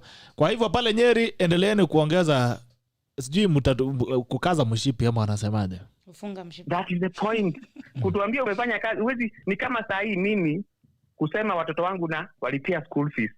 So kazi ya serikali ni gani? Ni atukata tax, ni kujenga barabara na kuweka stima na kazi zingine, si ndio? So that is not development. Okay. That is the work of the government. So the president is not supposed to tell us ati amefanya kazi amejenga barabara. No. Furahi kuna barabara ya Keno hapo nimepita la weekend nyingine hapo. Kuna barabara inapanuliwa Keno. Hiyo ni kazi ya serikali. Hiyo ndio kazi ya serikali. Pole basi. Hiyo ni kazi ya serikali, tunafaa kufanya nini? Sisi tukajenge. But you appreciate effort where it has been put in place. Then let me ask you. Hello. She's listening. Ask her. Wewe wakati unasomesha watoto wako. Hello. Yes. Nakusikia bro. You don't go shouting that unalipia school fees, ndio? Kwa hii Kenya ni kitu gani tuna export? Hakuna. Ni nini tuna export? Revive the size of nini, mambo ya majani chai ndio hiyo. Wakati wa Kibaki na Moi ndiko inalipo vizuri sahi. The farmers hata wengine walingoa hiyo majani chai, si ndio? Pyrethrum iko wapi? But for them they are not concerned. They are only concerned na hii pesa wanatoa kidogo ya China ati wajenge barabara. Because they are getting ile kickback. Okay. Angetuambia kuna development, amejenga hospitali gani, halipi madaktari, hakuna dawa, si ndio? Haya. Asante ndugu yangu wa Nyeri. Salimia watu wa Nyeri sana. Sawa, asante sana. Nikitembea huko nitakutafuta. Nitafute. Thanks for calling. Nani Mburu? Mburu. Anasema ni jirani yako huko Nyeri. Ni jirani yangu. Mburu. Yorete, tell me talk to you to Kikuyu. Asha meni. Nimugusha kanyu wale. Udidole gotie kuo. Jubilee Neviru is dead. Nani kuona Kiaba? Is dead. Eketwane na Kiaba. Eketwane na Kiaba, wirori aturutete kou. Nitokuona. Munapigwa 9-0. Wacha tungoje. Subiri. Nigote. Moheni ni adui yetu ya kuru. Enererio ni modo yo aramwira ate hasla cia ndui. Modo arutete wera. Mutiokie nake. Mwarageta kuterogwo ni Deni tulishalipa. Mtu amekuwa deputy president, huyo si mtu ayuko privilege. Ako sawa. Atosheke aende nyumbani. Radhimo muno. Aya. Bunga la Malenchi. Habari yenu? Safi. Mkunaendelea namna gani bwana? Jojo bwana. Mambo habari ya Eldoret? Si mbaya. Sema maneno. Kitu ya kwanza ni Jubilee hii Stambide. I think kuna kitu moja wananchi wanafaa kulan pia hapo. Kama gani? Ya kwamba wana siasa. Wana siasa bwana. Wananchi wanafaa kulan. Unaona hasa wanatukanana leo, kesho wako pamoja. Okay. Mwingine anaongea vibaya leo, kesho akiruka pande ile nyingine anasibu mwenzake. Hata nani hapa Mburu na vijana wanaenda kunywa chai sasa. Yeah, so that's politics. Watu wanafaa kuelewa hivyo There's nothing personal. Okay. So wananchi wanafaa refuze wajue watu wakiongea wakitusiana don't go and kill each other. Okay. These people wanaongea tu leo kesho wako pamoja, you know? Yeah. So mimi naona hii hata hii wengine wanasema hii ya Jubilee hii nani hata Uhuru siku moja tena waongee na Ruto na atarudiana na watu watashangaa. Okay. Yeah, so people should not be so personal. Okay. Hii ni vitu inaenda bana, mambo ya dunia. Sasa ndugu yangu. Yeah, watu wanasema weka kwa langu, usiweke kwa roho. Weka kwa langu. Ukipumua inaenda. Ambia Muthoni hii maneno yake kwa langu. Muthoni weka kwa langu. Bunge la Mwananchi. Hello General. Jambo. Naitwa General Jamal. Tangaza tusikie. I'm calling from Meru. Okay, so talk to us. Meru pole. Ndani mwambie Mburu ground ili shift. Hello, ground ili shift nataka mwambie Mburu ground ili shift from Meru. Mburu unaongeleshwa. Ndani mwambie ground ili shift, mimi niko Meru hapa makutano. BBI is dead. Na watu waanze kujipanga. Hii Kiambaa election tower from Kiambaa itakuwa inaonyesha. Tunaisubiri. Ndo litmus paper sasa. Muone vile serikali inapanga maneno. Maneno gani? Ground ili shift. Hiyo vitu nye serikali inafanya, venye huyu jamaa msema kutoka Nyeri, hiyo ni kazi ya serikali. Sisi ni kama wananchi ni kupiga kura watufanyie kazi. Sasa kama wamekataa kufanyia kazi, tuna shift pia. Okay, so hata nyinyi mmeama. Si tuliama kitambo. Haya, salimia watu wa Meru. Thank you Gerald. Thank you my brother. Jambo, bunge la Mwananchi. Hello Gerald. Ujambo? Nashukuru ndugu yangu, naongea na nani? Rafiki mkuu hapa Boni. Boni mambo. Si mbaya ndugu. Leta habari tusikie. Muthoni. Ujambo? Si jambo ndugu yangu. Quick one Muthoni. Let me tell you something. Do you know football? Let's say my knowledge is a bit limited in football, but siwezi kosea, najua defender na goalkeeper. Very good. You know football transfers? Yes. How it happens? It is time now. It is that season where players are looking which club is going to win the league or Champions League for that matter. Gerald will help you on that. If I am playing for Man United and Man United have no ambition of winning something, actually ile kitu itafanyika ni kwamba mtu ataenda kwa ile club kama Bayern Munich, PSG ambao watashinda. And that is what the likes of Ketu Aruguru and those who are warming up now are trying to move to another club. Kate bado ako upande wetu. But she's warming up, No, she defected from your camp, not your camp, from UDA. She defected kitambo. Yeye na Sabina. I'm not in that camp you are saying. Yeah. Wewe mwenyewe tu unaanza kuniekelea. Mimi nakwambia. Ndio maana nimesema UDA, nikasema nisiseme ni wewe specific. Exactly. So ukiangalia mtu kama Kate aliruka kutoka ile side nyingine akaenda Jubilee, sio? The kieleweke part, And that's why right now watu wanaanza kuona laini ground iko namna gani. Unajua pia ground ukikuja kuangalia actually Atla Nation, I don't know how it was formed. Yari imemeza watu wengi sana. It is the narrative but itachoka. Na Muthoni, let me tell you something. If you are not married, my dear. Nizungumzie. Tafuta boyfriend mwenye atakuwa ile side nyingine Atla Nation. So that ikiumana multibet. Ikiumana hivi kule kwingine.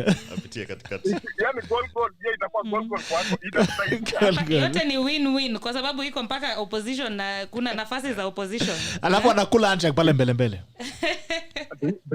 Wacha nikwambie kitu kingine Muthoni.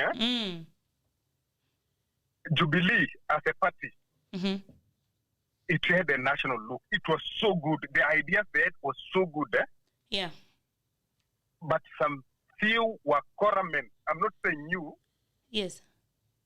So unajua wazee tu wewe unawajua, hata wewe sitaki hata nikueleze where you know. You know, the president had good agendas for the nation. And which he is executing. You know, I don't want people to take it away from him. Tumeona akifanya kazi yeye peke yake, ule mwingine yuko ana campaign. Na ndio maana unapata kuna popularity at the other chama. Kwa sababu that person has been going out giving handouts. And we are calling upon the youth of this nation. Jua unanisikiza.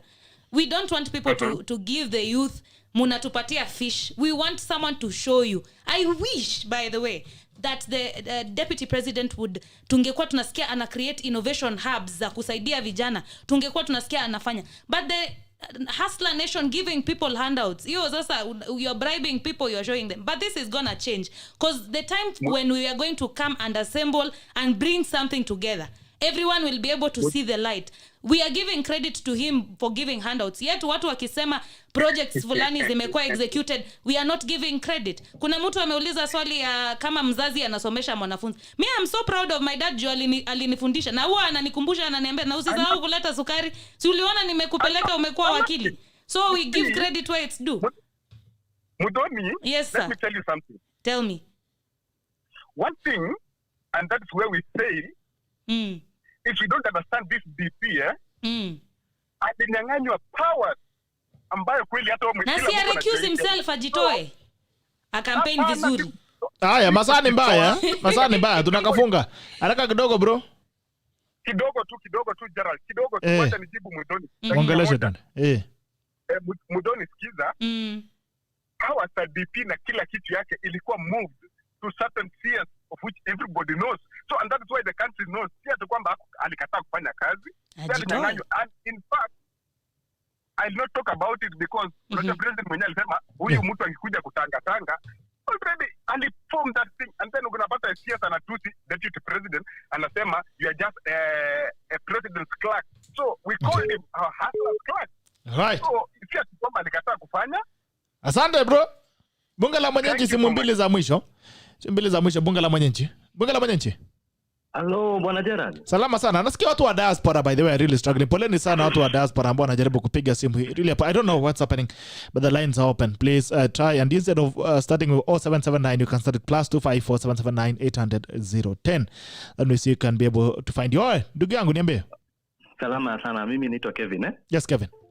And I want to say ya kwamba watu wajipange kwa sababu hawa watu wa Jubilee what they will be using ni pesa. Okay. Watanunua watu kabisa. And na huyo Muthoni aache kusema ati Asla anapatiana handout. Afadhali mtu ambaye unajua kitu kimoja unafaa ujue. William Ruto, since he has been isolated kwa serikali, he's just trying to do the little that he can do. And it's not much. But wakati ambapo ataingia, unajua afadhali mtu ambaye anakusaidia kidogo kidogo. Okay. Na unajua vizuri sana akiingia atasaidia watu zaidi. And let me remind Muthoni, sababu mimi ni mtu nilisoma wakati ambapo William Ruto alikuwa Minister of Higher Education. Okay. Wakati huo tulikuwa tunapata help vizuri tena sana. Aliingia akapunguza wakati ambapo watu wanaingia, sababu watu walikuwa wanaingia na 2 years, unangoja 2 years kabla hujaingia campus from form 4 to campus college. Akapunguza hiyo wakati. Watu wakaanza kuambiwa kuna degrees ambazo unaweza ingia na ukose kazi. Okay. Hiyo mambo ikaanza kuwa highlighted vizuri na akapatia education a lot of concern. Okay. Na tukaingia kwa njia mzuri. Watu ambao wanasema ati William Ruto sijui inapeana, watu wajue kuna watu wameangalia uongozi wake na wakapima na wakaona. This is a person who is development oriented. Wakati ambapo alikuwa machinery wa Jubilee, unaona vile ilikuwa inafanya vizuri. Look at how things were working very well. Angalia Muthoni anasema sasa akiambia akisupport Jubilee, what is she supporting? Ana support nini? Ana support Tuju. Do you know Tuju earns 2 salaries without doing anything? Kazi yake ni kupigana na Ruto peke yake. Rafael Tuju does not do anything and is a minister ambaye ni bado ni secretary na bado ni minister. Analipwa mara 2. Watu kama sisi kuingia serikali ni shida. Okay. Watu wanapata mashida huku na serikali kitu inafikiria ni vile itaongezea watu burden ya referendum na BBI. what kind of yeye Muthoni na naona nikimwangalia naona she's a young person. Why is she supporting such a regime? Okay. Ni pesa ngapi amelipwa hii ambaye anaongea ni kana kwamba yeye ni mtu mzee sana. Ako hapa muulize. Anaongea ni kama yeye ni mtu mzee. Ni kama alikuwa wakati 1980s 70s na nikasichana kadogo tu hapo. Hapana bwana, hapana. Hapana, hata kama wewe Muthoni, hiyo ni greed. You are being selfish and you are being wewe ni mtu ambaye upeleki hii nchi mbele. How can you support such kind of people? Unaweza support saizi mtu kama Uhuru Shwari. We cannot support people that are not doing the best. They are even him number 2. We have seen UK performing best during his second term when number 2 is not in the picture. Sahi hata government projects ndo zinaendelea zaidi. Wakati alikuwa ni kanisa tu tulikuwa tunaona paake inapelekwa na kaki. Where is that money coming from? Okay. Sasa kama mtu amejipanga kutoka kitambo. Kitambo gani na tunajua claims zote ile imepelekwa mpaka hivi. Nikimalizia wacha niseme hivi. Maliza ndio tufungulie wengine pia. Tumaliza. Unajua mtu kama Ruto kama hangekuwa amejipanga kutoka kitambo. Unajua hata Biblia inasema tajiri ako na marafiki wengi. Alijipangia wapi? Unaona? Alijipanga vile kwani wewe umejipangia wapi? Unaniambia ukuli? Kujipanga ni kusema nini? Ukiwa mwanasiasa be prepared. Okay. Be prepared. Asante sana. Thank you very much. Asante sana. Acha tuone. Okay. Bunga la mwananchi. Gerald. Yes, sir. Yes, sir. This is Ken calling from the United Kingdom. Oh, yes, sir. Good to hear from you. Can you hear me? Yes, I can hear you, sir, very clearly. Yes, but I'm watching the show live, but I'm not sure if you're speaking to me or the caller. I just want to make sure that it's you. Sir. No, it's me, sir. Please proceed. Okay, I'm ready to call and speak to you directly. All right. You want to speak to me directly, not on live show? No, live show. We are live. Your call is live. Okay. There must be a delay on my side. Tell me whenever I can speak, and I will speak. Please speak. But what you can do, please reduce. And if you have anything on the background, please just switch it off so that we have one line of communication, so that we don't have any echoes at the back. All right. Please proceed, sir. Understood. Proceed. Understood, sir. All lines are clear. May I just say that BBI is a conduit for authoritarianism. Okay. Dr. Day was very correct. We have a situation where we're being funneled and forced into a rule of authoritarianism. We, the diaspora, have been silent for a while. We have not been allowed to speak. Okay. Whatever is happening in Kenya, we're very concerned about. I was born in Nairobi. Myself, I come from Nyanza. I was raised in Kenya. I went to school in Uasin Gishu. Okay. And I left when I was 16 years old, but I've been back and forth ever since. Now, sir, whatever the Kenyan people decide, I hope they do not side with dictatorship, because this is very serious. Even Western governments have raised the alarm about African governments siding with the Chinese government, who are known for authoritarianism. Okay. Even within their own country, they have people in concentration camps, sir. They're called the Uyghurs. Okay. It is public knowledge. Yeah. I hope the Kenyan people do not fall for this. I hope they fight back, regardless of who they seem or want to vote for. The IEBC must be checked. Okay. The 2017 election was never verified. There's no guarantee the 2022 election will be verified. Online, we're being blocked if we speak against whatever is going on. Yes, sorry about that. I've seen this. Yes, sir. And we have seen this, and it's going on. It's not a secret. Many governments around the world do this. It's not beyond the Kenyan government to do this themselves, given who they're siding with. Okay. I wish the best for the Kenyan people. I wish the best for you. We stand together. I appreciate it. We were born free, and we will die free. Regardless, we're ready. Amen.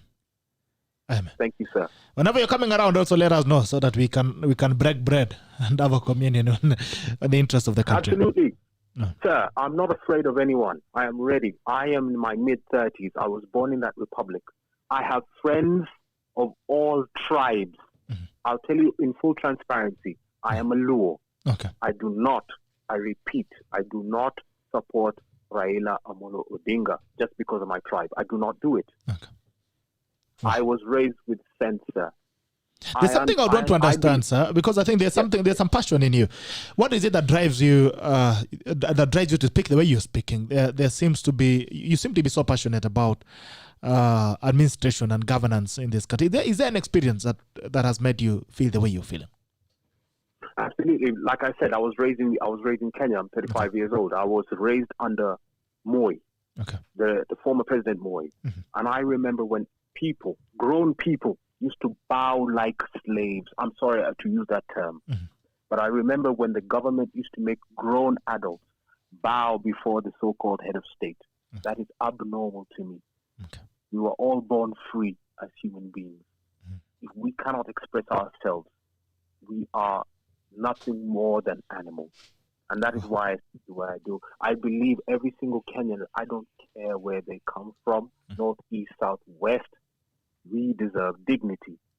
And that's why I support what, for example, Dr. Day said in your recent interview with him just a few months ago. Mm-hmm. What we're heading to is authoritarianism. Mm-hmm. It doesn't matter what's being discussed in court. It doesn't matter what's being discussed on the street or in parliament. Mm-hmm.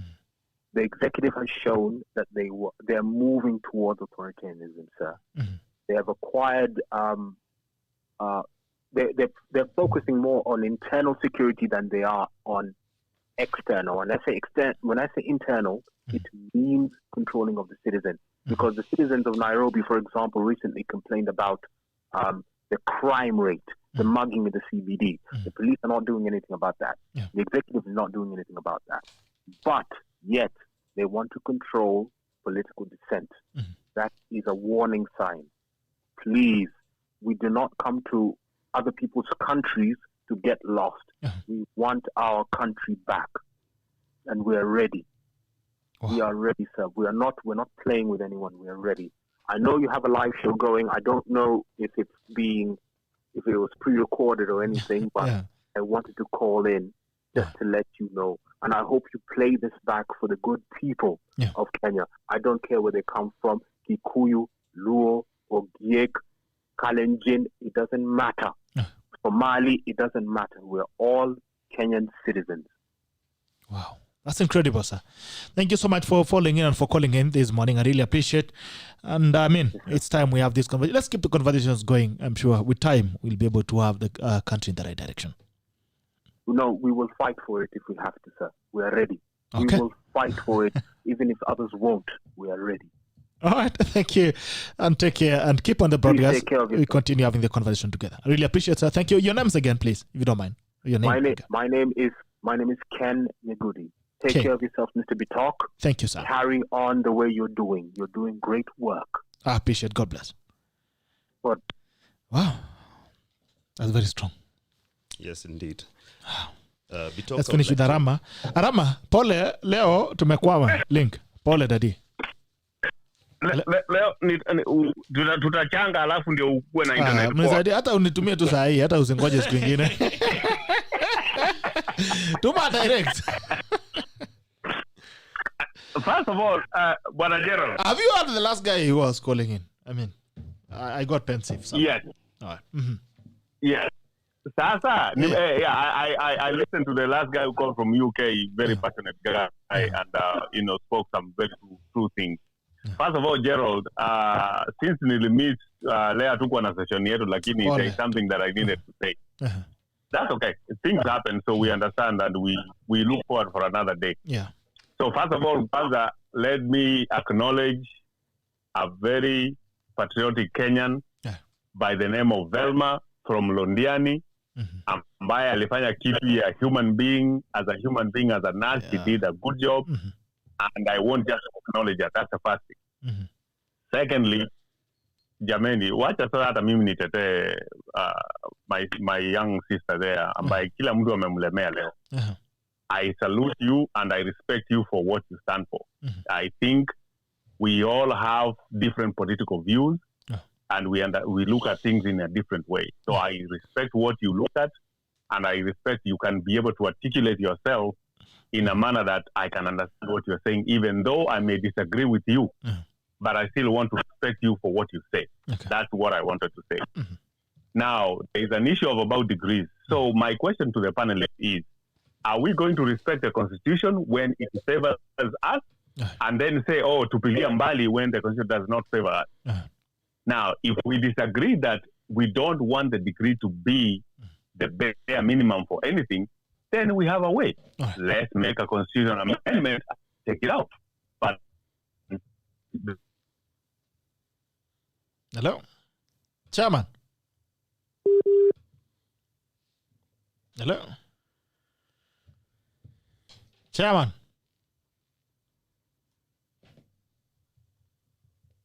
All right. I think we lost him. I think tumepoteza Chairman kidogo. So in terms of time, since I think we've lost connection or we've lost him. Anyway. Haya. Sawa, tufunge. Sidhani kama tuko na wakati. Tumepitisha tayari dakika kadhaa. You're already past 6 minutes. So we close the phones officially.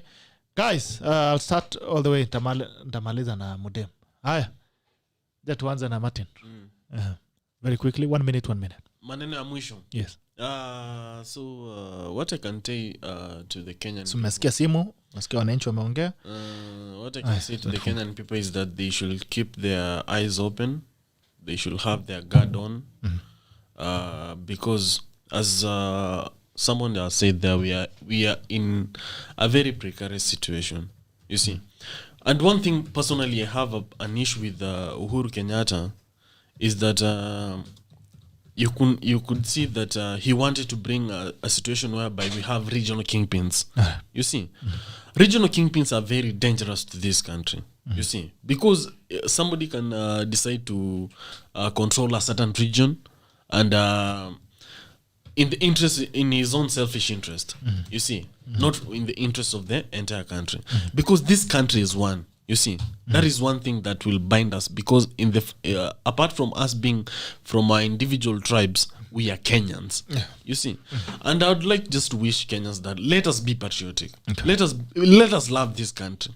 You see, I think we had a conversation before, and I told you, like, you see, you'll go to most homes in this country and you won't find a flag. You see, I was in the States and you could see that these people are really patriotic. You see, you go to a certain home and you see a flag has been raised in the compound. You see, because when you're patriotic to your country, you're going to be there to speak if things are not going in the interest of the country. Okay. So we really need to talk about these things, and I really appreciate that you have this talk show where people can come here, express themselves, be able to educate the fellow citizens, be able to inform each other. You see, and I think it's really good what is happening, and I think you should keep up the good work. I think that's all I can say. Asante sana, fan of the week, Martin Ngoni. David. I'd like to commend you, Bitok, on Bunge la Wananchi. In fact, today I think we've done more public participation than BBI has managed to do. And Muthoni, you can hear that 10 out of 10 callers, including from the diaspora, have rejected BBI. Listen to the ground, yeah? And defect when the slices are still fat. Yeah, ama utakuta hotel imefungwa. Yeah. And when it comes to our elections, we have to follow rule of law. If the Constitution says let's have degrees, let's follow the rule of law. But let's also follow the spirit of the Constitution in order to equalize people and also put the sovereign in a position where we can make better decisions for ourselves. Let's reach that target of 70% of Kenyans with degrees, and I believe we'll change this country. All right. Muremba, you've been the highlight of the day. Yeah, na ningependelea nipatiwe dakika 2 kwa sababu ya hiyo maneno yote nimepitia. Yeye anatumia kuomba unamaliza. Sema. Let me begin by saying, Gerald, I'm really grateful, and I pray that this will be my new home, because indeed it is very helpful to have such a platform to discuss such issues, and also for youth of this nation to get a platform to discuss issues. And this is the only place where you get real time feedback. Correct. Yeah, unapatana naye hapo. That is true. And I believe, politics aside, youth are called to have a voice. Even Dr. King stated that if you are neutral at any point of moral conflict. He termed it as being evil. So the youth of this country are called upon not to be neutral. But all the same, before making an informed decision, I think it is important to know, even if when you're saying no to something, you should know what are you saying no to. And also for the leadership of this country, leaders, as Winston Churchill stated, leaders are the dealers of hope. I believe that the leaders of this country should not show despair that they have given up on our country, that they have given up on our nation. Yet people should give hope. Dealers of hope is to give hope and encourage people that indeed there's gonna be a change. Our constitution, we were celebrating the 10th year of our constitution, and we are saying we the people, that indeed the country, we have not gotten to yet where we want yet, but we are going there. Every day we are giving people hope that indeed there might be trying times. Every country is going through trying times, even with the pandemic at the moment. People are going through stuff, so we are encouraging people. Even my youth from Ruiru constituency, I would like to encourage them, aside from politics, encourage them that indeed they might be going through tough times right now. Maybe there's no cash flow, whatever you used to gain, your business is down. We are encouraging people, dealing hope, selling hope, that indeed one day there's gonna be the grass will be greener. And also, just to conclude on something, I'm inviting young people and the youth of this nation, and also everyone at large. By saying one is a feminist, that doesn't mean that they are aggressive. There are different types of feminism. I won't get into that. But we're also inviting men, because indeed there's need for affirmative action to have women of this country. Look at even this panel where we are less women. I'm only the only lady. And we are just not it's not a disability. No. Women give different vibes, even in terms of leadership. There's something different that we offer. We know all those strong points, but there is indeed an affirmative actions to enable, because even history has not been very kind to women. That's why we are encouraging, aside from encouraging the youth of this nation, we are also calling out to women to come and go for this post. There is a lot that is coming, either whichever ground you are going to, but we invite you to our side, whichever camp whatsoever. We encourage the youth of this nation and the women of this nation to come out and articulate on issues that affect us and be there. So that we do not... Now you've done 5 minutes. But anywho, we are so grateful, and shout out to my people, Ruiru constituency. We love you very much, and thank you very much for this opportunity. Hiya, it was a pleasure having you, gentlemen and lady. To see you guys again. Let's keep the conversation going. Asante sana, fun of the week. I hope you'll not utaongeza bidii. Nikuwe resident analyst. Bas, sasa songesha rada hivyo, alafu basi tutacheza kama sisi. The fans who have been with us on YouTube, thank you also for the callers. The new fans who have come in, the people like True Twacha, the Frederick Juma, Edwin Atere, all the guys who have joined us on YouTube. Please make it home and keep sharing channel with family. Kilea, don't care. I'm so seeing there's a new fan as well who's coming. Kenya News, Sante, that's good to see you. Who else has come in today as a new? There's someone who has come in. Atika's now. Good to see you as well. To see you tomorrow on Sharia Wiki. I will tell you who the panel will be, but we get to discuss the legal happenings of the week. Until then, this is the tackle, and the tackle ends now. Kabando is coming in. We've invited him, so hopefully he comes next week. For the guys who are asking for him on YouTube, guys, also on Facebook, it was a pleasure having you. I want to wish you a very, very good day. See you tomorrow. Bye-bye.